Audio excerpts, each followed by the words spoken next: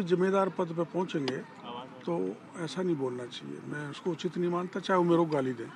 ठीक है ठीक वो सर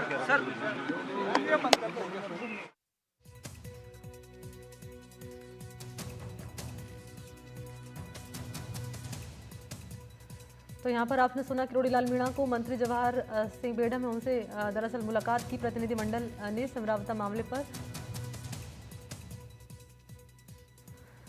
इनपुट एडिटर सुशांत इस वक्त मौजूद है मेरे साथ। सुशांत, क्या कहा किरोड़ी लाल मीणा ने, जरा बताएं दर्शकों को, की पॉइंट्स क्या रहे उनके बयान में?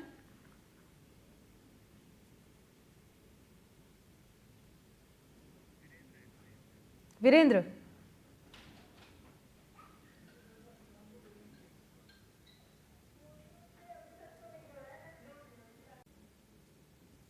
एसडीएम पर जो हाथ उठाया है वो मामला लगातार जो है तूल पकड़ता जा रहा है, और इस पूरे मामले पर आपने सुना किरोड़ी लाल मीणा को कह रहे कि ताली दोनों हाथों से बजती है।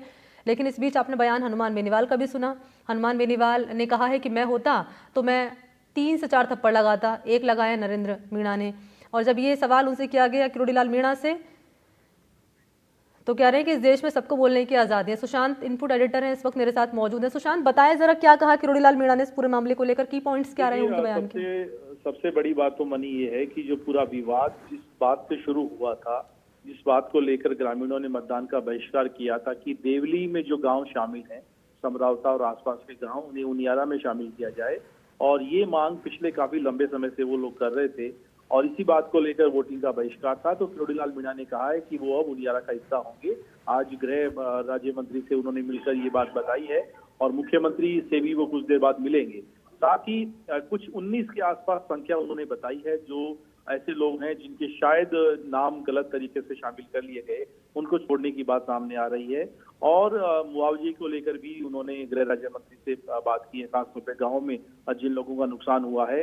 और बयानबाजी को लेकर उन्होंने सीधे तौर पे तो कुछ नहीं कहा है। उन्होंने कहा है कि सबको बोलने की आजादी है, अपनी बात कह सकते हैं। खासतौर पे हनुमान बेनीवाल ने कहा, या फिर जो हम देख रहे थे धीरज गुर्जर का बयान आया प्रशासनिक अधिकारियों को जूते मारने का।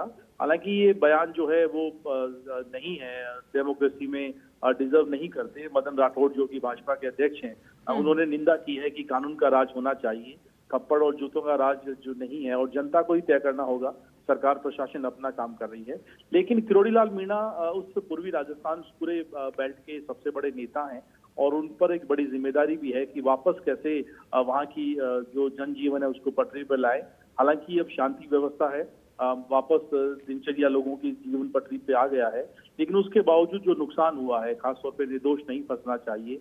आगजनी की घटना में जो नुकसान हुआ गांव वालों का, उसका कैसे मुआवजा मिले, तो ये सारे इश्यू आज एड्रेस हुए हैं, और प्रतिनिधिमंडल साथ में था।